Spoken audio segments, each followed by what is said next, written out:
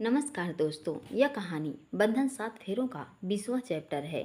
और दोस्तों, इससे पहले का भाग अगर आप लोग नहीं सुन पाए हैं तो प्लीज़ हम डिस्क्रिप्शन में लिंक दे देंगे और आप लोग वहां जाकर कहानी सुन सकते हैं। और आज की कहानी सुने। सेजल अपनी पलकें झुकाकर हाँ करती है।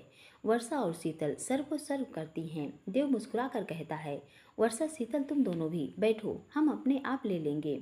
अंजलि खाना खाते हुए कहती है, वर्षा भाभी सारा खाना बहुत यम्मी है। डॉक्टर साहब की तो बल्ले बल्ले है, रोज आपके हाथों का टेस्टी टेस्टी खाना खाने को मिलेगा। देव मुस्कुरा कर कहता है, वाकई वर्षा खाना बहुत टेस्टी है, थैंक यू सो मच। वर्षा मुस्कुराती हुई कहती है, जीजू आप बेफिक्र रहिए, दी हमसे भी ज़्यादा अच्छा खाना बनाती हैं, यह सब हमने ही दी से सीखा है। देव मुस्कुराकर सेजल को देखता है और बड़े प्यार से, कब खाने को मिलेगा आपके हाथ का यम्मी फूड। सेजल मुस्कुराते हुए कहती है, बहुत जल्द। खाने के बाद देव वर्षा और सौर को एक गिफ्ट बॉक्स देकर कहता है, यह तुम दोनों के लिए मेरी ओर से सेजल की तरफ से शादी का तोहफा। देव मुस्कुरा कर कहता है, सौर मैंने अपने सभी छोटे भाई बहनों को दिया है, बस तुम दोनों रह गए थे। लो वर्षा। वर्षा सुमन और सौर की ओर देखती है। सुमन उसे इशारे से हाँ करती हैं। वर्षा गिफ्ट लेकर देव के पैर छूकर, थैंक यू सो मच जीजू। देव वर्षा को कंधे से पकड़कर उठाते हुए कहता है, यह क्या था वर्षा, तुम मेरे लिए अंजलि जैसी हो तो आइंदा यह सब नहीं करना। वर्षा सौम्य मुस्कुराहट लेकर कहती है, जीजू हमारे पास दो रीजन है आपके आगे झुकने के लिए। एक तो आप हमारी ननद के पति हैं और दूसरा हम आपको अपना आदर्श मानते हैं। मम्मा सही कह रहे हैं ना हम। सुमन मुस्कुराती हुई कहती हैं, हाँ बेटा बिल्कुल सही कह रही है। देव बेटा, यह वर्षा का हक है, आप इसे मत रोको। देव मुस्कुरा कर कहता है, मम्मा मुझे अच्छा नहीं लगता, पर आप कह रहे हैं तो ठीक है। वर्षा और सौर को गले लगाकर गॉड ब्लेस यू धीरे से दोनों के कान में, कल सौर जा रहे हैं तो आज की रात दोनों एक साथ बिताना और अपनी जिंदगी में सुनहरी यादों को संजो कर रखना। देव शेखर के पास आकर कहते हैं, पापा अब हमें आज्ञा दीजिए। शेखर मुस्कुरा कर कहते हैं, बिल्कुल बेटा, घर पर सब वेट कर रहे हैं, टाइम से निकलिए। सेजल शेखर के को गले लगाकर कहती हैं, पापा आपने प्रॉमिस किया है, अपना ध्यान रखना, हम रोज फोन कर आपसे बात करेंगे। उसकी आंखों में आंसू आ जाते हैं। वह देव की ओर देखती है। देव उसे इशारे से रोने का मना करता है। वह मुस्कुराते हुए अपने आंसू पोंछकर सबको गले से लगाती है। देव के चेहरे पर स्माइल आ जाती है। देव सबसे मिलकर सेजल को लेकर आता है और गाड़ी स्टार्ट कर निकल जाता है। मित्तल हाउस में सब सेजल के आने से खुश हो जाते हैं। नीलमा और अनिकेत सेजल से मिलकर भरत के साथ निकल जाते हैं। सेजल कृष्णा के पास आकर सोफे पर बैठ जाती हैं। देव अपने पापा के पास बैठता है। दीवान जी मुस्कुरा कर कहते हैं, कृष्णा जी सेजल को अब आराम करने दो। देव बेटा अपने रूम में जाओ। देव सेजल को देखकर कहता है, सेजल प्लीज आप जाइए, पापा को निशु अभी तक नहीं आया, मैं उसका वेट करूंगा। सेजल मुस्कुरा कर कहती है, आप भैया को फ़ोन लगाइए। देव निशु को फ़ोन लगाकर कहता है, निशु कहाँ हो, टाइम तो देख भाई। निशांत हंसते हुए कहता है, भाई घर के बाहर ही हूँ, गाड़ी पार्क में करके आ रहा हूँ। देव मुस्कुरा कर कहता है, चल आजा जल्दी। दीवान जी को देख कर कहते हैं, पापा आ गया निशु, रमेश निशु का डिनर लगाओ। निशांत अंदर आते हुए कहता है, मैं विनोद के साथ डिनर करके आया हूँ, इसलिए थोड़ा टाइम लग गया। सेजल को देख कर कहता है, अरे वाह भाभी आ गए आप, you are looking so beautiful. Sejal Sharma कर कहती है, थैंक यू भैया।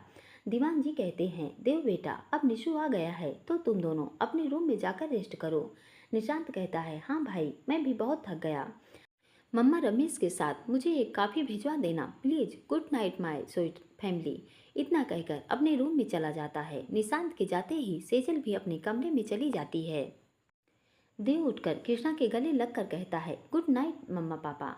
कृष्णा मुस्कुरा कर देव का सर चूमते हुए कहती हैं, गुड नाइट बच्चे, जाओ जाकर रेस्ट करो। देव मुस्कुराते हुए अपने कमरे में चला जाता है। सेजल अलमीरा खोलकर अपने कपड़े निकालती है। देव आकर सेजल को पीछे से अपनी बाहों में कस लेता है और उसकी खुली पीठ पर अपना फेस रख देता है। देव की सांसों की गर्माहट से सेजल अपनी पीठ पर महसूस कर रही थी। उस पर भी देव के प्यार का खुमार धीरे धीरे चढ़ रहा था। वह लहजते हुए कहती है, क्या हुआ देव, ज़्यादा थकान हो रही है क्या। देव आंख बंद कर शांत लहजे में कहता है, कब से तुम्हें अपने आगोश में लेने के लिए तरस रहा था सेज, आप जब सीढ़ियों से नीचे आ रही थी तो एक बार लगा कि आपको उठाकर गले से लगा लूं, लेकिन सबके सामने पॉसिबल नहीं था ना, इसलिए चुपचाप बैठा रहा। यूँ आपको अपनी बाहों में लेकर अब मुझे सुकून मिला है। थोड़ी देर मैं ऐसे ही आपसे लिपट कर रहना चाहता हूँ। तुम अपना काम करो ना।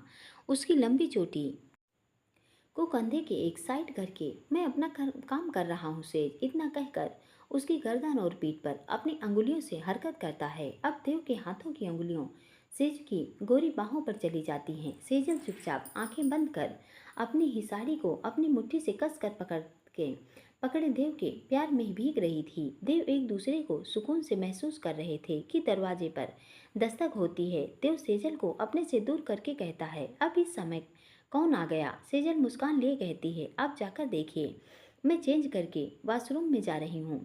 देव शांत होकर कहता है, सेज अभी नहीं, आप रुकिए थोड़ी देर। इतना कहकर गेट खोलता है कि निशु को सामने देखकर कहता है, क्या हुआ निशु? निशांत मुस्कुरा कर कहता है, कुछ नहीं भाई, सॉरी आपको डिस्टर्ब किया। मम्मा ने आप दोनों के लिए कॉफ़ी भेजी है, ठंड ज़्यादा है, गरम गरम पी लीजिए। देव मुस्कुराकर काफ़ी लेते हुए कहता है, थैंक यू छोटे, गुड नाइट। इतना कहकर गेट लॉक करके टेबल पर कॉफ़ी रखते हुए कहता है, सेजल आ जाइए, कॉफ़ी पी लीजिए। सेजल आकर काउच पर देव के पास बैठ जाती है। देव उसे कप उठाकर देते हुए कहता है, इसे पीकर मीठा कीजिए, मुझे फीकी कॉफ़ी पीने की आदत नहीं है। सेजल देव की ओर देखकर मुस्कुराते हुए कहती है, पहले कॉफ़ी कौन मीठी करता है आपकी? देव शरारत से कहता है, पहले तो काम चला लिया जान, पर अब मुझे आपके इन होठों की मिठास चाहिए। आपने तो अभी डायरेक्ट मीठा खाने का पर रोक लगा दी है, तो ऐसे ही काम चलाना पड़ेगा। देव की बातों से सेजल की नज़रें शर्म से झुक जाती हैं। वह धीरे से अपने होठ से एक सिप लेकर देव की ओर कप बढ़ा देती है। देव उसे गहरी नज़रों से देखकर कहता है, आप आज इस पिंक साड़ी में पूरी गुलाबों लग रही हैं। मन कर रहा है इस गुलाब की कली को हमेशा के लिए अपने में समेट लूं। सेजल कॉफ़ी का कप रख कर कहती है, देव हम चेंज करके आ रहे हैं, आप भी चेंज कर लीजिए ना, फिर वो हम।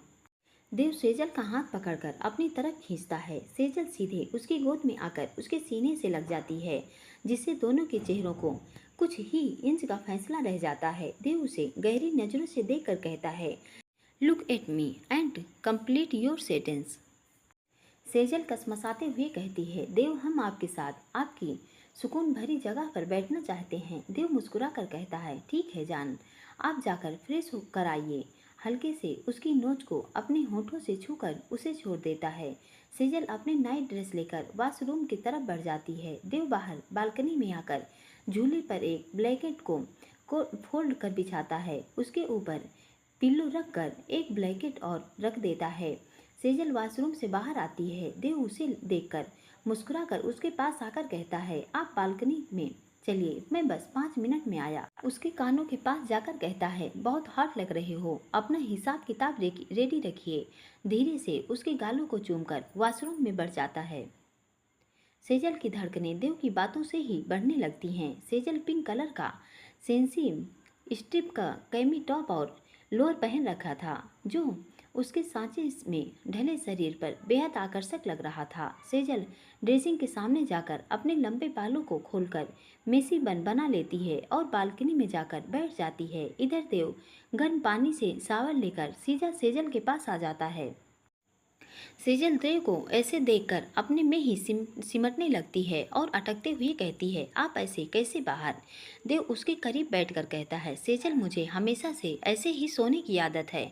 कल रात में आपको अनकंफर्टेबल नहीं लगे इसलिए टी शर्ट पहन लिया, वरना मैं शर्टलेस ही सोता हूँ, मुझे नींद आती नहीं शर्ट पहनकर। सेजल नज़रें नीची करके देव को देखकर लहजते हुए कहती है, ठंड के मौसम में भी आप ऐसे? देव सेजल को अपनी बाहों में भरकर बड़े प्यार से कहता है, आपको मुझे शर्टलेस देखकर ऑकवर्ड फील हो रहा है तो मैं टी शर्ट पहन कर आता हूँ। सेजल उसका हाथ पकड़ कर कहती है, रहने दीजिए देव। देव शरारत से कहता है, मिसेस मित्तल, आप अपने पति को देखकर होश खो रही हैं। सेजल शर्मा कर अपने कपते हाथ देव के सीने पर रख देती है और धीरे से अपने होठों को देव के सीने से छुआ देती है। देव अपनी आंखें बंद कर सेजल को अपनी बाहों में समेट लेता है। सेजल पहले धीरे धीरे देव को सीने को चूमती है, फिर उसकी रफ्तार बढ़ने लगती है कि देव उसे रोककर कहता है, बस सेजल अभी नहीं जान। सेजल शर्मा कर अपने चेहरे को अपने दोनों हाथों से ढक लेती है। देव उसे देखकर झूले पर झुलाते हुए शरारत से थोड़ा सा उस पर झुकते हुए कहता है, पहले तो बोल्ड बनकर मेरे अरमान जगा देते हो, फिर मेरी बारी आती है तो शर्म से चेहरा ढक लेते हो। This is not fair Mrs Mittal. Dev अपना चेहरा उसके करीब लाकर अपनी अंगुलियों से उसके चेहरे पर घुमाते हुए कहता है, सेज आपने सुबह कुछ प्रॉमिस किया था, याद आया? हिसाब मेरी एनर्जी सूस शायद इन्हीं शब्दों का इस्तेमाल किया था ना मैं। कब तक इंतज़ार करूं बताइए ना, मेरी एनर्जी डाउन हो रही है। सेजल देव को अपने इतने करीब देखकर कसमसाने लगती है और उसकी कपकपी छूटने लगती है। उसके हाथ अपने आप देव के गर्म बदन पर कस जाते हैं। देव उसके कानों पर अपने होंठ रख कर कहता है, अंदर चलें, सर्दी लग रही है ना? सेजल लरजते हुए कहती है, जी जी देव। देव तुरंत उसके ऊपर से उठता है और उसे अपनी बाहों में लेकर अंदर आकर उसे बेड पर आराम से लिटा देता है और बालकनी का दरवाजा बंद करके उसके पास आकर उसका चेहरा अपनी हथेलियों में भर कर कहता है, आप ठीक तो हो ना? पेन तो नहीं हो रहा आपको? सेजल नजरें नीचे करके ना में सिर हिलाती है। देव उसके माथे पर किस करके कहता है, गुड, चलिए अब सो जाइए, काफ़ी थकान लग रही है आपके चेहरे पर, आराम से नींद लीजिए, मैं लाइट ऑफ करता हूँ। इतना कहकर उठता है कि सेजल उसका हाथ पकड़कर कहती है, देव आपको एनर्जी नहीं? देव मुस्कुरा कर कहता है, मजाक कर रहा था, आप रेस्ट करिए। सेजल कपकपाते हुए कहती है, देव हम चाहते हैं आप हमें अपना सुकून दे दीजिए। देव शरारत से कहता है, आपको मुझसे कैसे सुकून चाहिए बताइए न जान। सेजल एक नज़र देव को देखती है और नज़र नीचे करके देव के चेहरे को अपनी दोनों हथेलियों से भरकर अपना चेहरा उसके करीब लाती है और धीरे धीरे उसके होंठों की और अपने कांपते हुए होंठों को बढ़ाती है और देव के तपते होंठ पर अपने कांपते होंठ रख देती है और एक डीप लिप लॉक किस करके तुरंत देव के सीने में छुप जाती है और लरजते हुए कहती है, ऐसे? देव मुस्कुराकर उसे कसकर अपनी बाहों में समेटकर बेड पर सुलाता है और उसके ऊपर झुककर अपने होठ उसके ईयरलोब पर रखकर मधोसी से कहता है, I can't believe my wife would so much daring. हौले से उसके कानों को छूता है। धीरे धीरे देव के होंठ उसकी दोनों आंखों को, उसकी नोज को, उसके गालों को छूते हुए नीचे की ओर सरकने लगती है। सेजल कसकर देव की पीठ को पकड़ लेती है। देव के होठों की हरकत जैसे ही सेजल के कंधों से होकर गर्दन पर शुरू होती है कि सेजल के मुंह से मदहोश करने वाली आवाज़ें शुरू हो जाती हैं। देव तुरंत अपने होठों को उसकी गर्दन पर ही रोक कर कहता है, सेजल छोड़िए प्लीज। सेजल की धड़कनें अपनी रफ्तार बढ़ा चुकी थी। वह देव को छोड़ने को तैयार ही नहीं हो रही थी। देव धीरे से कहता है, सेजल प्लीज बच्चा, बस 2 दिन, उसके बाद मैं नहीं रुक कहूँगा, पर अभी यह ठीक नहीं है, समझिए आप। देव की बातों से सेजल की पकड़ देव की पीठ पर ढीली हो जाती है। देव धीरे से उस पर से उठकर देखता है। सेजल के चेहरे पर पसीने की बूंदें छलक रही थी और उसके खुले होंठ कांप रहे थे। सेजल को ऐसे देखकर देव के दिल में एक कसक सी उठने लगती है। वह सेजल के चेहरे पर से पसीना साफ करके कहता है, सेजल आंखें खोलो प्लीज। सेजल धीरे से अपनी आंखें खोलती है। उसकी नम आंखों को देखकर देव को बेचैनी होने लगती है। वो सेजल को उठाकर अपने गले से लगाकर घबराते हुए कहता है, आर यू ओके जान?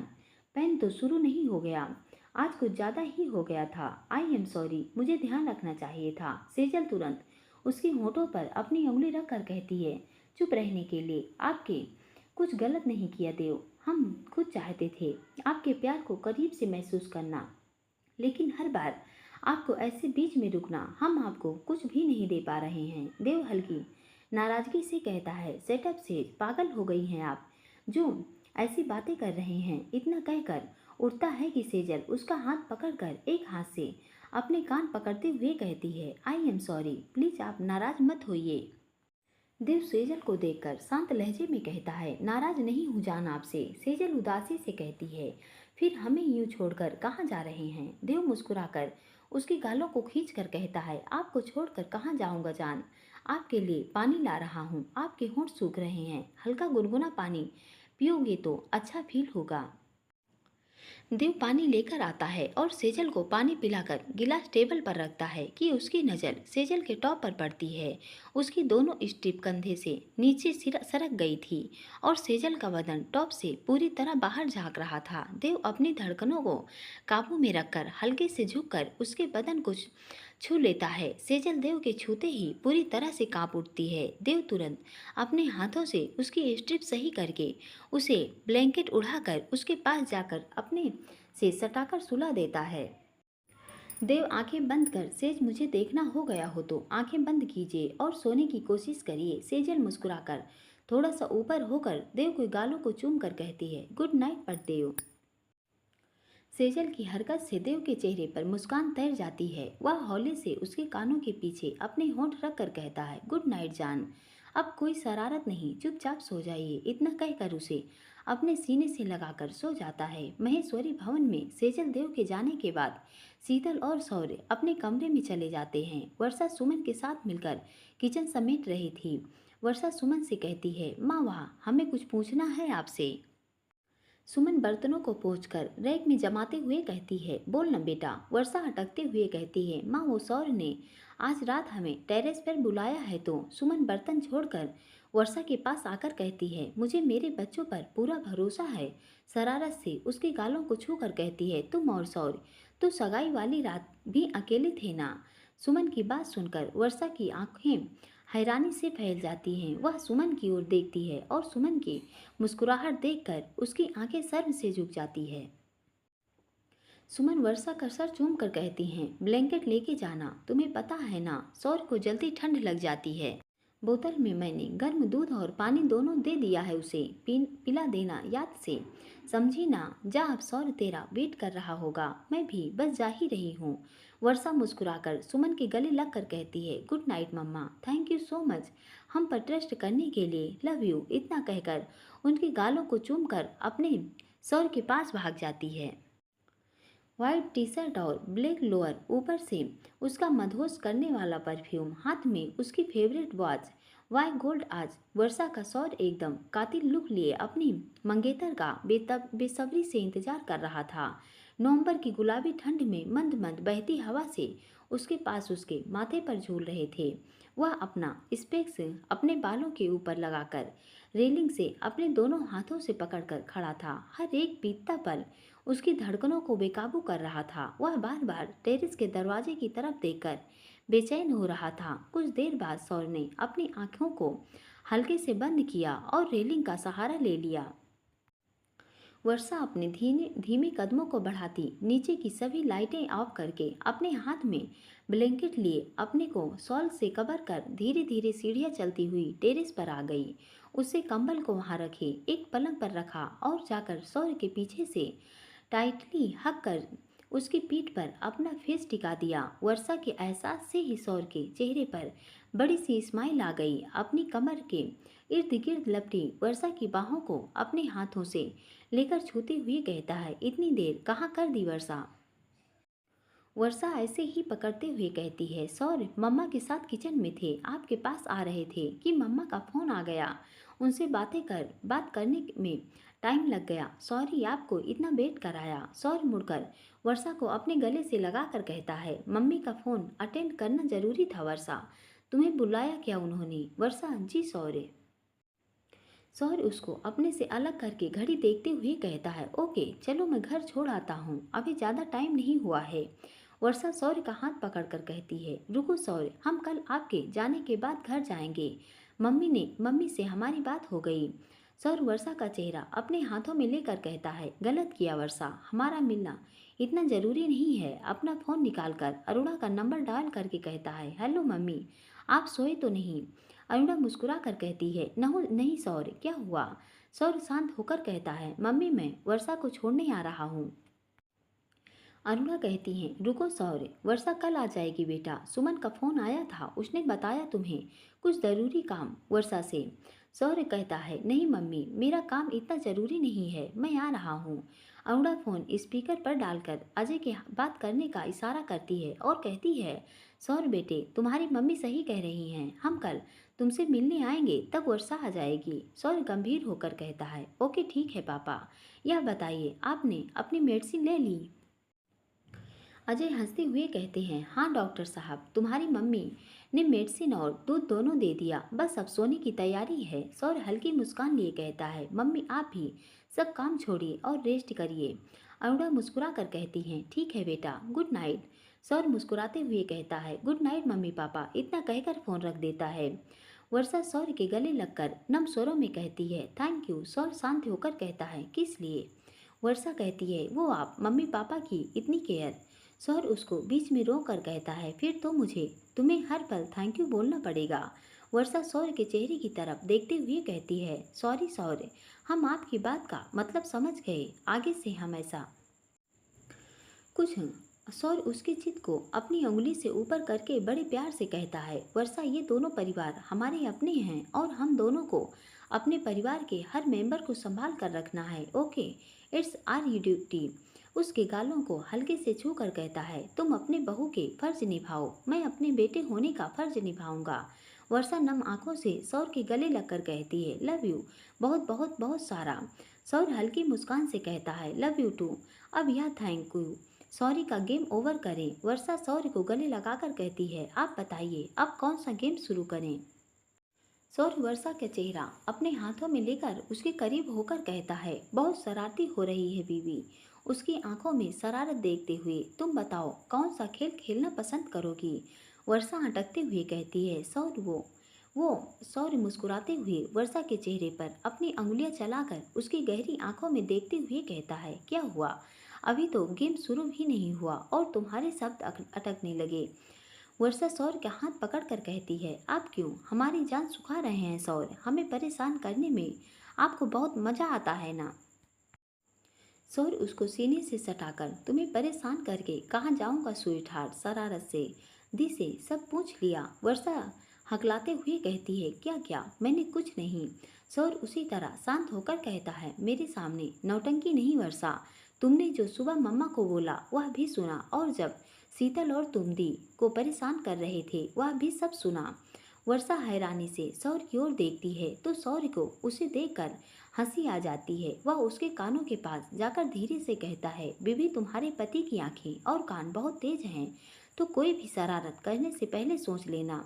वर्षा उसके सीने पर अपना हाथ हल्के से धकियाते हुए कहती है, हम तो शरारत करेंगे तो क्या करेंगे आप, बोलिए। सौर्य उसका हाथ पकड़कर अपनी ओर खींचकर उसके चेहरे पर की ओर झुकते हुए कहता है, ऐसी सजा दूंगा कि वो सजा हमेशा के लिए तुम्हारे दिलो दिमाग पर छा जाएगी। बोलो तो आज की रात ही डेमो दे दूं। वर्षा हकलाते हुए कहती है, क्या क्या बोल रहे हैं आप? हमें यहाँ टेरेस पर क्यों बुलाया? सौर्य वर्षा को गहरी नज़रों से देखते हुए कहता है, आज दी के गाल ब्लश कर रहे हैं। तुमने कहा मम्मन के गाल ब्लश कर रहे हैं तो उसकी गर्दन पर अपनी उंगली चलाते हुए कहता है, सोचा आज तुम्हारे भी गाल ब्लश कर दूं। सौर्य की बातों से ही वर्षा की कपकपी छूट जाती है। वह उससे थोड़ा सा अलग होकर अटकते हुए कहती है, कैसी बातें कर रहे हैं आप? कुछ पी तो नहीं लिया? सौर्य उसकी ओर कदम बढ़ाते हुए कहता है, पहले तो नहीं पिया पर अब पीना चाहता हूँ। सौर्य की बातें वर्षा की धड़कन बढ़ा देती हैं। वर्षा अपने कदम पीछे सरकाती की रेलिंग से टकरा जाती है। सौर्य आकर उसके दोनों तरफ हाथ रखकर उसके चेहरे पर झुकते हुए कहता है, कुछ पूछोगी नहीं, क्या पीना है? वर्षा लहजते हुए नजरें नीचे करके कहती है, क्या? सौर्य उसके सुर्ख लबों पर अपने अंगूठे से हरकत करते हुए उसके कान पर अपने होंठ रख कर कहता है, वर्षा ठंड लग रही है तो? सौर्य की बातों से वर्षा के चेहरे पर पसीने की बूंदें झलकने लगती हैं। वो आंखें बंद करते हुए कहती है, प्लीज सौर्य। सौर्य उसकी हालत देखकर मुस्कुराते हुए उसकी चिन पर अपने गर्म लबों से छूकर कहता है, मेरी बुद्धू शेरनी, मम्मा ने जो गर्म दूध भेजा है वह पिला दो यार, नहीं तो ठंडा हो जाएगा। इतना कहकर अपने होंठ एकदम से हटा लेता है और उसकी तरफ देखकर शरारत से हंसते हुए कहता है, इमेजिनेशन कि घोड़े कहाँ तक दौड़े वर्षा। वर्षा एकदम से अपनी आंखें खोल कर देखती है और सौर के सीने पर हल्के से मारते हुए कहती है, पक्के वाले बेशर्म बन गए हैं। आपकी बातों से हमारी जान हलक में अटकने लगती थी और आपको हंसी आ रही है। वर्षा सौर उसको अपने सीने से लगा कर कहता है, स्वीट हार्ट, इतना ही भरोसा करती हो मुझ पर, तुम्हें क्या लगा मैं कोई ऐसी हरकत। वर्षा एकदम से सौर के मुंह पर उंगली रखकर नम आंखों से कहती है, सॉरी सॉरी। वो हम कुछ ज़्यादा ही आगे बढ़ गए। सौर वर्षा का चेहरा ऊपर करके अपनी आंखों पर उसकी आंखों पर अपने होंठ रख कर कहता है, अब इसका जवाब पलंग की तरफ इशारा करके वहां बैठ कर दूंगा, आओ। इतना कहकर वर्षा का हाथ पकड़ता है और उसे पलंग पर बिठाकर गिलास में दूध डालकर उसके होंठों की तरफ गिलास बढ़ाते हुए कहता है, पियो। वर्षा सौर की ओर देखती है। सौर उसकी आंखों में देखकर कहता है, फिनिश इट फास्ट। वर्षा चुपचाप एक ही सांस में पूरा दूध पी जाती है और सौर उसी गिलास में और दूध डालकर पीते हुए गंभीर होकर कहता है, आगे बढ़ने में अभी टाइम है वर्षा, तुम जानती हो ना। थोड़ा रुक कर फाइनल सेमेस्टर के बाद पीजी की तैयारी करनी है। मेरा ड्रीम है मैं एक बेहतरीन न्यूरोसर्जन बनूं। वर्षा का चेहरा अपने हाथों में भरकर, जानती हो इसके लिए अभी मुझे कम से कम 3 साल और लगेंगे। ऐसे में मेरा फोकस तुम पर से ज़्यादा पढ़ाई पर रहेगा। तुम करोगी ना इतना लंबा इंतजार? बोलो वर्षा, दोगी मेरा साथ? वर्षा सौर की आंखों में देखकर कहती है, सौर, हमारा इंतजार कितना भी लंबा हो, मैं हर पल हर कदम आपके साथ रहूंगी। इतना तो भरोसा करते हैं ना आप? सौर उसको अपने गले से लगाकर भावुक होते हुए कहता है, आपसे भी ज़्यादा भरोसा है तुम पर वर्षा, तभी तो मेरे दिल में सिर्फ तुम ही बसी हो। वर्षा उसके सीने से लगते हुए नम स्वर में कहती है, सौर आप प्लीज यूं उदास मत होइए। देखना यह 3 साल चुटकी बजाते ही निकल जाएंगे। इसके बाद हम धूमधाम से शादी करेंगे। जब तक ना हम शीतल के लिए भी देव जीजू जैसा बेस्ट लड़का ढूंढ लेंगे, फिर हम दोनों की शादी एक ही दिन एक ही मंडप में होगी। सौर मुस्कुराकर शरारत से कहता है, स्वीटू, आज तुम्हारा दिमाग कुछ अलग नहीं सोच रहा। जब मैं कुछ पीने को मांग रहा था तो तुम्हारी इमेजिनेशन कहीं और जा रही थी। अब मैं कुछ और कह रहा हूँ तो तुम शादी 3 साल बाद करने का सोच रही हो। वर्षा हैरानी से सौर को देखकर कहती है, अभी तो आपने कहा कि आगे बढ़ने में टाइम है। तो सौर शरारत से उसके चेहरे पर गहरी नज़रों से देखते हुए कहता है, शादी तो तुमसे पीजी के एडमिशन लेने से पहले करूँगा स्वीट हार्ट। आगे बढ़ना मतलब मैरिड लाइफ, हमारी फैमिली प्लानिंग के बारे में बात कर रहा हूँ। मेरी भोली मासूम सी शेरनी, समझ में आया कि नहीं? इतना कहकर उसके दोनों गालों को खींच लेता है और उस पर अपने प्यार की छाप छोड़ देता है। वर्षा की नज़रें सौर की बात का मतलब समझते ही शर्म से झुक जाती हैं। वह तुरंत सौर के सीने में जाकर छुप जाती है। सौर शरारत से कहता है, दिमाग चलने लग गया है मैडम का, या फिर डिटेल में प्रैक्टिकल करके समझाऊं? उसके कानों के पास अपना चेहरा ले जाकर मधोसी से कहता है, मेरे सीनियर कहते हैं कि मिस्टर महेश्वरी प्रैक्टिकल में मास्टर माइंड हैं। वर्षा सौर की गर्म सांसों से कसमसाते हुए कहती है, सौर छोड़ो ना प्लीज। सौर उसके कानों पर अपने होंठ रखकर कहता है, छोड़ने के लिए टेरेस पर नहीं बुलाया मैडम, अभी तो बहुत कुछ बाकी है। सोच रहा हूँ कल जाने से पहले सारे हिसाब किताब चुकता कर दूँ। वर्षा कसमसाते हुए कहती है, कैसा हिसाब किताब सौर? हम कुछ समझे नहीं। सौर उसी तरह आंखें बंद करके कहता है, पूरी रात बाकी है सूझाट, धीरे से समझा दूंगा, नहीं तो दिमाग पर ओवरलोड हो गया तो फिर शरारत से कहीं तुम्हारा दिमाग उल्टी दिशा में न घूम जाए। वर्षा सौर से अपने आप को छुड़ाते हुए हल्की नाराजगी से कहती है, आप हमारा मजाक बना रहे हैं ना? हम जा रहे हैं नीचे, बैठे रहिए अकेले, नहीं बात करने वाले आपसे। सौर उस पर अपनी पकड़ मजबूत बनाते हुए कहता है, मेरी इतनी मजाल की मैं तुम्हारा मजाक बनाऊं? स्वीट हार्ट, मुझे मेरी 206 हड्डियां सही सलामत रखनी है। वर्षा नाराज होते हुए कहती है, सेटअप सौर, कैसी बातें कर रहे हैं आप? सौर शरारत से उसके चेहरे पर अपनी अंगुलियां चढ़ाते हुए उस पर थोड़ा सा झुककर कहता है, तुम बता दो कैसी बातें सुनना पसंद करोगी? वर्षा एकदम से उठने को होती है कि सौर उसका हाथ पकड़कर अपनी ओर खींच लेता है, जिससे वर्षा सीधे सौर के ऊपर आ जाती है। सौर उसकी कमर में अपने दोनों हाथ लपेटकर उसके कंधे पर अपनी चिन रखकर कहता है, नाराज होना भी सीख लिया, पहले तो कभी ऐसे नहीं किया। वर्षा सौर की गिरफ्त से लरसते हुए कहती है, पहले आप भी ऐसे कहाँ सौर उसकी गर्दन पर अपनी अंगुलियां चलाते हुए कहता है, बात पूरी करो, अधूरी बातें मेरी समझ में नहीं आती। वर्षा अटकते हुए कहती है, पहले आप भी कहाँ ऐसे हमारे साथ शरारत करते थे। सौर हल्की मुस्कान लिए कहता है, अब ऑफिशियल राइट है मेरे पास तुम्हारे साथ ऐसी शरारत करने का या इससे भी ज़्यादा शरारत करने का। सौर के हाथ उसकी गर्दन से होकर उसके कंधे पर उसके टॉप पर आते हैं कि वर्षा अपने दोनों हाथों से सौर के लोअर को कसकर पकड़ लेती है। सौर उसको अपनी बाहों में भरते हुए शांत स्वर में कहता है, वर्षा कोई गलत काम नहीं करूँगा, तुम अच्छे से जानती हो, पर मुझे भी मेरी कुछ मेमोरी चाहिए और इसके लिए तुम मुझे मना नहीं करोगी। इतना कहकर अपनी चिन से टॉप को थोड़ा सा कंधे से सरकाकर अपने सुलगते होठों को वर्षा के कंधे से छुला देता है। सौर के होठों की तपन से ही वर्षा पिघलने लगती है।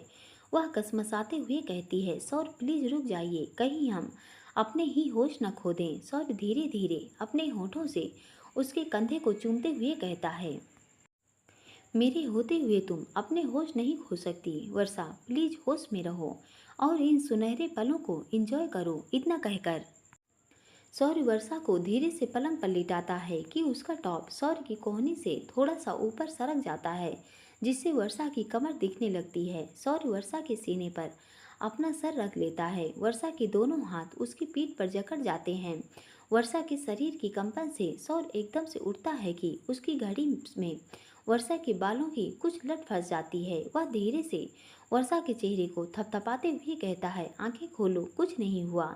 वर्षा लरजती आवाज में कहती है, सौर प्लीज उठाइए ना, अब और आगे नहीं। सौर उसके सूखते लबों पर अपनी अंगुली फेरते हुए कहता है, रिलैक्स करो, बस तुम्हारे बाल निकाल दूं। इतना कहकर उसकी ओर थोड़ा सा नीचे सरकता है और एक हाथ से अपनी घड़ी में उलझे वर्षा के बालों को निकालने के लिए थोड़ा सा नीचे झुकता है कि वर्षा के हिलने से उसका बैलेंस बिगड़ता है और उसके सुलगते होंठ सीधे वर्षा की गर्दन पर जाकर लगते हैं। दोनों के ही शरीर में एक अलग तरह का एहसास पनपने लगता है। दोनों ही उस पल एक दूसरे में खो जाते हैं। थोड़ी देर बाद सौर धीरे से वर्षा के ऊपर से हटता है कि उसकी नज़र वर्षा की कमर से टकरा जाती है। वह कुछ पल उसकी गोरी पतली कमर को देखता है और धीरे धीरे उसके हाथ उसकी कमर की ओर बढ़ने लगते हैं। जैसे ही वह अपनी गर्म हथेलियों को वर्षा की कमर पर रखता है कि वर्षा एकदम से सिहर उठ जाती है और सीधे रेलिंग के पास आकर खड़ी हो जाती है। वर्षा अपनी सुपर फास्ट एक्सप्रेस से भी तेज चलने वाली धड़कनों को पूरी तरह से काबू में रखने की कोशिश करती है, लेकिन वर्षा की धड़कनों का शोर सौर को भी सुनाई दे पड़ता है। वह एक पल उसको देखता है और सीधे उठकर वर्षा के पास जाकर सीधे से उसको अपनी बाहों में के घेरे में समेट लेता है। थोड़ी देर बाद सौर वर्षा को गोद में उठाता है और पलंग पर लाकर ब्लैंकेट उड़ाते हुए कहता है, सो जाओ वर्षा, ठंड भी बढ़ रही है। सुबह का अलार्म लगा दिया है, दोनों साथ नीचे चलेंगे। इतना कहकर उठता है कि वर्षा उसका हाथ पकड़कर कहती है, कहाँ जा रहे हो। सौर वर्षा को प्यार से देखकर कहता है, तुम सो जाओ, यहीं पर हूँ। वर्षा अपनी दोनों बाहें खोलकर अटकते हुए कहती है, आज आज आप हमारी गोद में सो जाइए। सौर सौर के चेहरे पर बड़ी सी स्माइल आ जाती है। वह पलंग पर बैठी वर्षा की गोद में सर रखकर अपने को और वर्षा को ब्लैंकेट में कवर करता है। वर्षा अपनी कोमल हथेलियों से उसके बालों को धीरे धीरे सहलाते हुए उसके मासूम चेहरे को निहारती है। सौर आंखें बंद कर लेटे हुए कहता है, बोलो वर्षा, क्या कहना चाहती हो। वर्षा हैरानी से कहती है, आपको कैसे पता चला कि मैं आपसे कुछ। सौर आंखें खोलकर उसकी ओर देखते हुए कहता है, मैडम, दिल के तार जुड़े हुए हैं तुमसे, तुम्हारे मन में क्या हलचल मच रही है सब जानता हूँ, बोलो।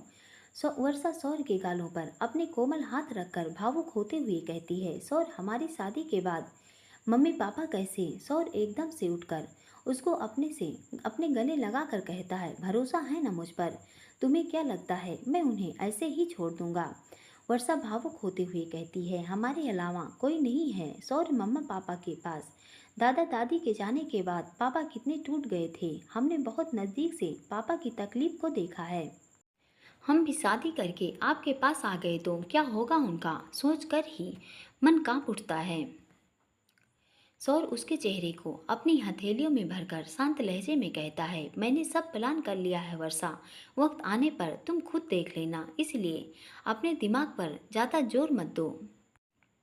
सौर की बातों से वर्षा की आंखों में आंसू आ जाते हैं। सौर उसकी आंसुओं से भरी आंखों को चूम कर कहता है, उनको अलग नहीं छोड़ूंगा, भरोसा रखो मुझ पर।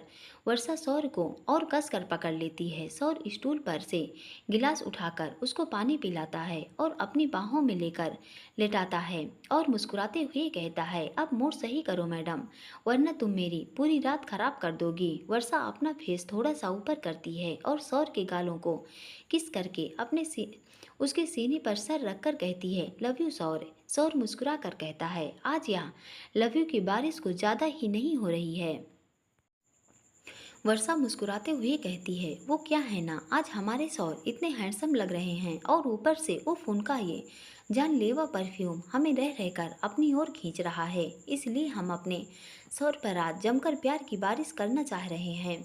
सौर वर्षा को एक हाथ से हटाकर खुद उस पर झुकते हुए उसके चेहरे के बिल्कुल करीब होकर कहता है, अभी जब मैं प्यार की बारिश कर रहा था तब क्या हुआ वर्षा। वर्षा की सांसें सौर की हरकत से एक बार फिर अटकने लगती है। सौर की गर्म सांसों को अपने अंदर महसूस करती ही वर्षा की आंखें अपने आप बंद हो जाती हैं।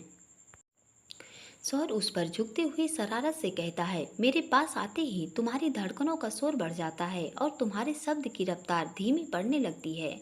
स्वीटहार्ट, शादी के पहले पहले अपने आप को स्ट्रॉन्ग कर लो, वरना। इतना कहकर उसके माथे पर अपने होंठ रख देता है। वर्षा आंखें खोलकर सौर की ओर देखती है और सौर से नजरें मिलते ही उसकी आंखें शर्म से झुक जाती हैं।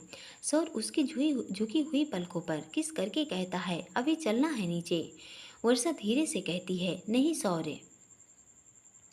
हम सौर्य मुस्कुराते हुए लेटकर उसको अपने सीने से लगा कर कहता है, ठीक है सो जाओ, सुबह चलेंगे, गुड नाइट। दोनों एक दूसरे का साथ पाकर कुछ ही देर में नींद के आगोश में चले जाते हैं। इधर अंजलि अपने रूम में विनोद के अचानक फ्रांस जाने के फैसले से परेशान थी और विनोद की अपने लिए बेरुखी को बर्दाश्त नहीं कर पा रही थी। वह बार बार उठकर अपने हाथों पर पड़े विनोद की अंगुली के निशान देखती और उसकी बेचैनी बढ़ने लगती है।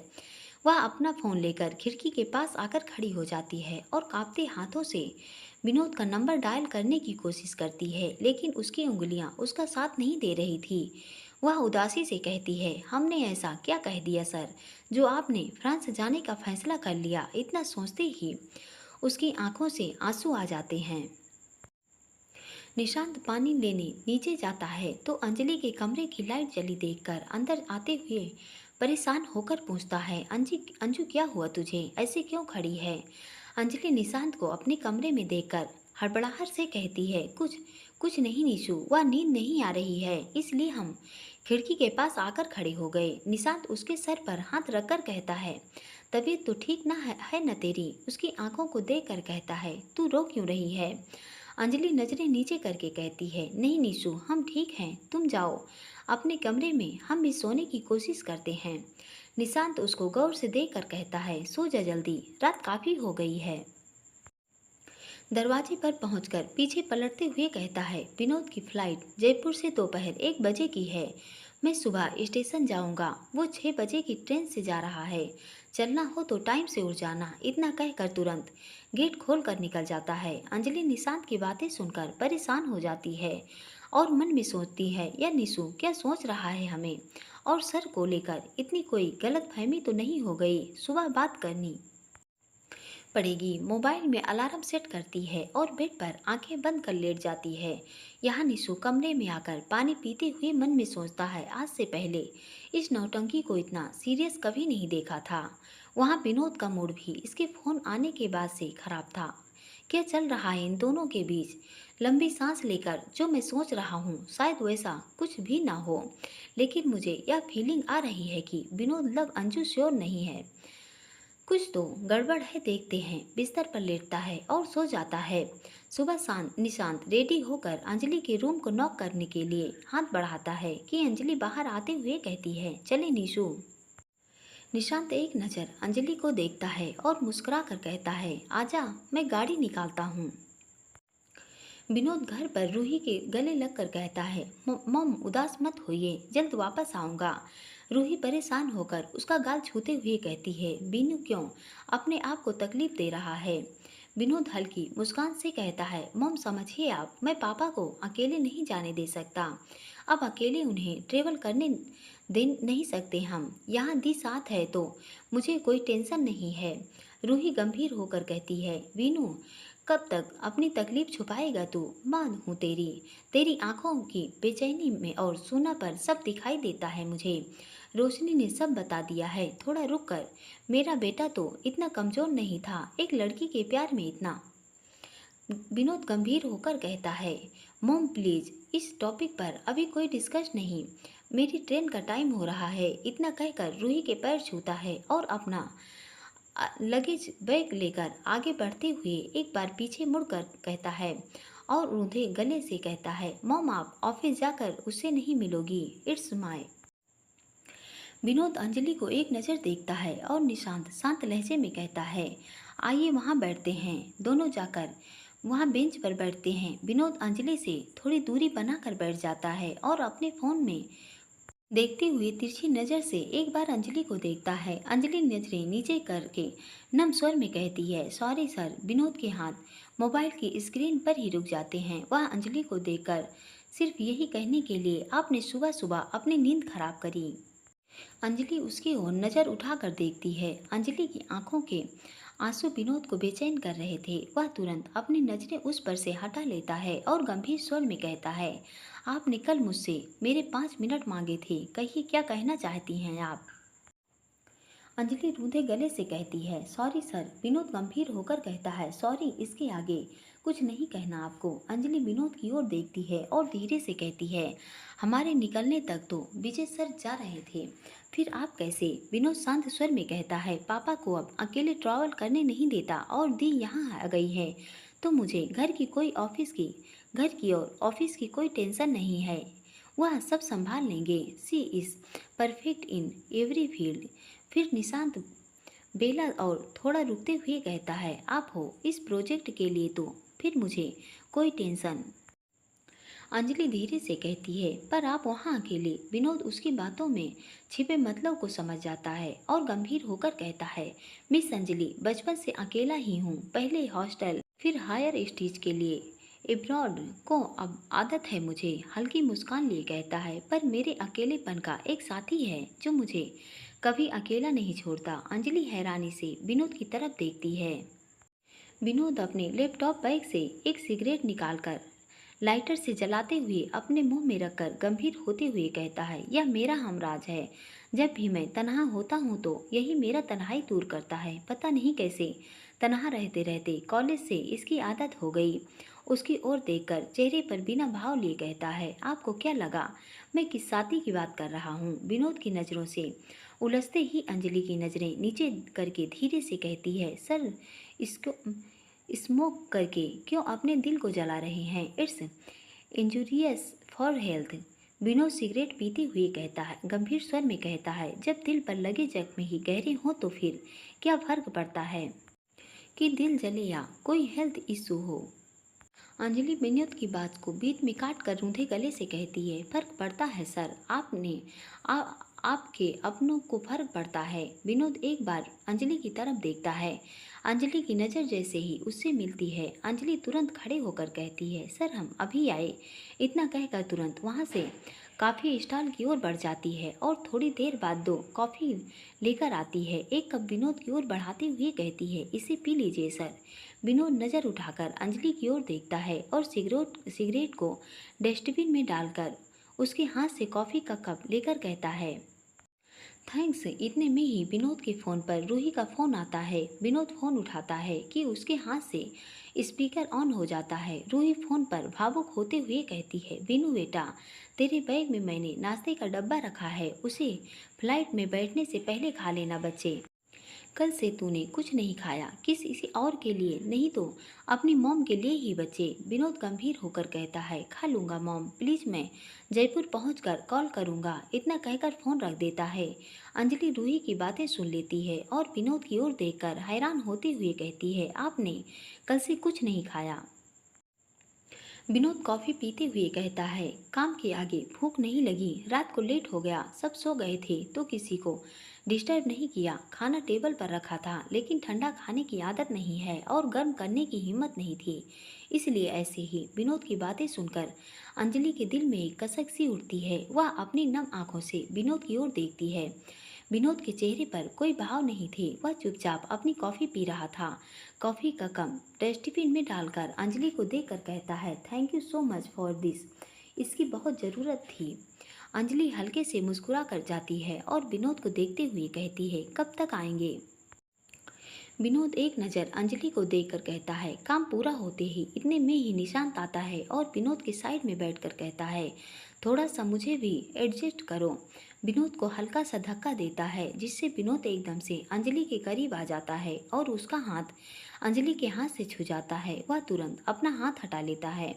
निशांत उसे उदास होते हुए कहता है, विनोद यार, काम जल्दी खत्म करके आने की कोशिश करना, तुम्हारे बिना शर्मा कंस्ट्रक्शन में आने का मन ही नहीं करेगा। विनोद हंसते हुए कहता है, यार तुम कब से सेंटी बन गए और निशांत, आज जहाँ मैं हूँ वहाँ कल तुम भी हो सकते हो। बिजनेस के सिलसिले में तो हमारा आना जाना लगा ही रहेगा। निशांत मुस्कुरा कर कहता है, जानता हूँ, ट्रेन आ रही है, आओ। ट्रेन के प्लेटफॉर्म पर लगते ही निशांत और विनोद लगेज लेकर रिजर्व केबिन में जाकर विनोद की सीट पर सामान रखकर नीचे आ जाते हैं। अंजलि वहीं बेंच पर बैठी सुनी आंखों से विनोद की रिजर्व सीट पर रखे उसके लगेज को निहार रही थी। विनोद ने केबिन से उतरते हुए अंजलि की आंखों का पीछा किया तो उसके मन में बेचैनी होने लगी। वह मन में ही सोच रहा था, अब तो कुछ बोल दो यार, क्यों मुझे तड़पा रही हो। तुम्हें अब भी समझ नहीं आ रहा कि तुम निशु के साथ इतनी सुबह सुबह क्यों चली आई। अपने मन की फीलिंग समझो अंजू, कहीं बहुत देर न हो जाए। निशांत विनोद के साथ आकर अंजू के सामने अपने हाथ हिलाते हुए कहता है, नौटंकी किस सोच में गुम है, चल खड़ी हो। विनोद के जाने से पहले एक बार तीनों ग्रुप हक करते हैं, आजा जल्दी। निशांत की बात सुनते ही विनोद हैरानी से निशांत और अंजलि को देखता है। अंजलि के चेहरे पर कोई भाव न देखकर विनोद मुस्कुराते हुए निशांत को गले लगाकर अंजलि को देखते हुए कहता है, ध्यान रखना सबका और मुझे रोज कॉल करना, I miss you Nishu. Nishant Vinod को कसकर गले लगाए हुए कहता है, मिस यू टू ब्रो, जल्दी जाओ और जल्दी वापस आओ। इतना कहकर उससे अलग होता है और अंजलि को गहरी नज़रों से देखता है।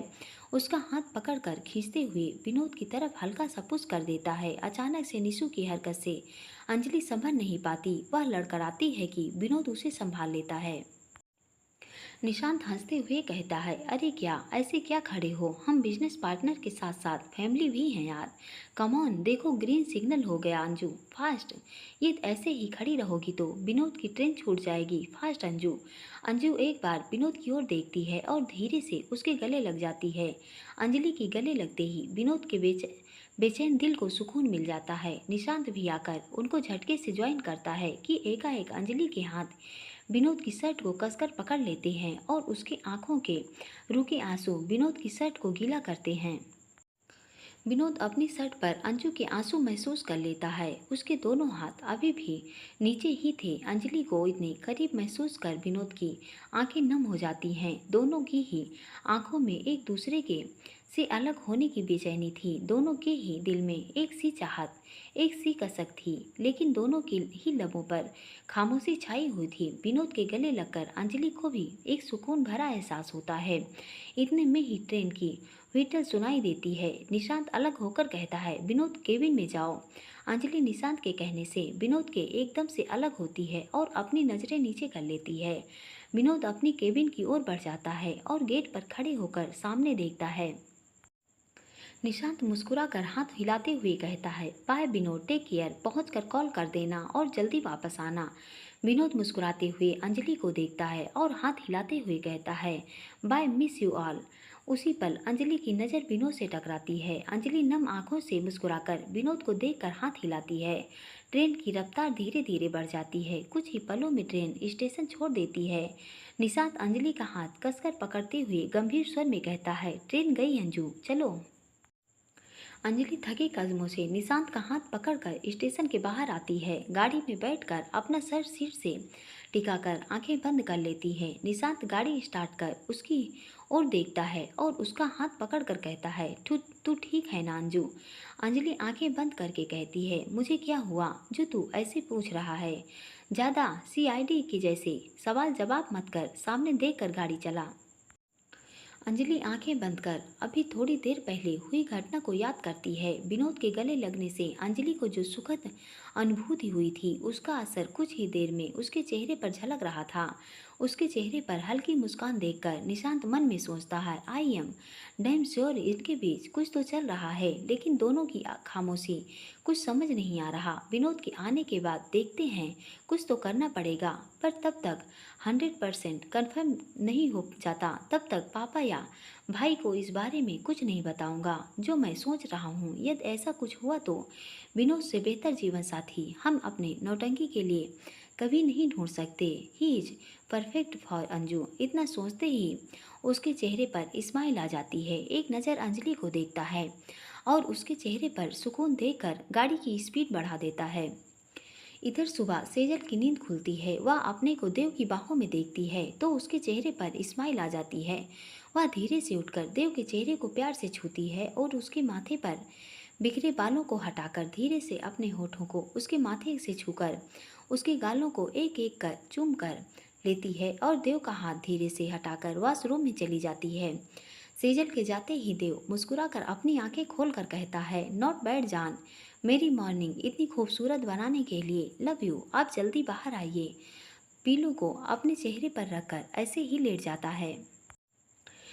इधर सेजल थोड़ी देर बाद वॉशरूम से बाहर आती है और अपने गीले बालों को झटक कर पीछे करती है कि देव उसे अपनी बाहों के घेरे में लेकर कहता है, गुड मॉर्निंग जान। सेजल देव की ओर मुड़कर उसके सीने पर अपने होंठ को रख कर कहती है, वेरी गुड मॉर्निंग पर देव, आप इतनी जल्दी क्यों उठ गए? देव उसकी ब्लाउज की डोरी को अपनी अंगुलियों में फंसाकर कहता है, आपने जब अपने इन सुर्ख लबों से मुझे छुआ था मैं तो तब ही उठ गया था जान। इतना बोलकर झटके से उसकी डोरी को खींच लेता है। देव की हरकत से सेजल एकदम से सिहर जाती है। उसके सीने पर सर रखकर लरजते हुए कहती है, देव आप सावर ले लीजिए, इतने जितने हम तैयार होते हैं। देव सेजल को धीरे से अपने से अलग करता है और अपना एक हाथ उसकी कमर में डालकर दूसरा हाथ उसकी गर्दन में डालते हुए उसे अपने सीने से लगा लेता है। सेजल के गीले बालों से टपकता पानी देव के सीने को भिगो रहा था। देव के सीने का गीलापन सेजल की पीठ को छूता है। देव उसके बालों को हटाकर कंधे से एक साइड करता है और उसके ब्लाउज की डोरी को खोलकर उसकी गीली पीठ अपने होंठ से गीली पीठ पर अपना होंठ रख देता है। देव के होंठ की हरकत उसके कंधे और उसकी खुली पीठ पर थिरकने लगती है। सेजल अपने दोनों हाथ की मुट्ठी बंद किए खड़ी देव की बाहों की गिरफ्त में कसमसा रही थी। देव अपने होठों को उसके कान के पीछे ले जाकर मधोसी से कहता है, सेजल आज आपकी महक मुझे बहका रही है। इसके ईयर लोब को छूकर कहता है, आपको क्या रोज रोज इतना खूबसूरत लगना जरूरी है? सेजल लरजते हुए कहती है, देव सब आपकी आंखों का कमाल है, वरना हम तो। देव उसके होंठ पर अपनी उंगली रख कर कहता है, मेरी आंखों में तो आपका चेहरा बस चुका है जान, इसलिए मेरी आंखें आपको कमाल की लगती हैं। इससे पहले मैं अपने पूरे होश खो दूं, आप तैयार हो जाइए, मैं फ्रेश होकर आता हूँ। इतना कहकर सेजल को छोड़ देता है और अपना टॉवल और कपड़े लेकर वॉशरूम में जाते हुए वापस सेजल को कमर से पकड़कर उसके गालों पर किस करके कहता है, बालों को खुला ही रहने देना, कहकर तुरंत वॉशरूम में बढ़ जाता है। सेजल कुछ पल देव के एहसास में ही डूबी रहती है, फिर मुस्कुराते हुए अपनी साड़ी बांधकर बालों को संवार कर खुला छोड़ देती है। आंखों में काजल और होंठों पर लिपस्टिक लगाती है कि देव पीछे से आकर ड्रेसिंग पर से सिंदूर लेकर उसकी मांग में भरकर उसकी मांग को चूम लेता है। कुछ ही देर बाद दोनों तैयार होकर नीचे आते हैं। ये पार्ट पूरा सुनने के लिए दोस्तों बहुत बहुत धन्यवाद। और आपसे हाथ जोड़ कर रिक्वेस्ट है कि प्लीज़ आप लोग हमारे चैनल को सब्सक्राइब करें, लाइक करें और कमेंट में बताएं कहानी कैसी लग रही है। आप लोग जब कमेंट करते हैं तो हमें बहुत सुकून मिलता है, इसलिए आप लोग प्लीज़ कमेंट करते रहिए। धन्यवाद।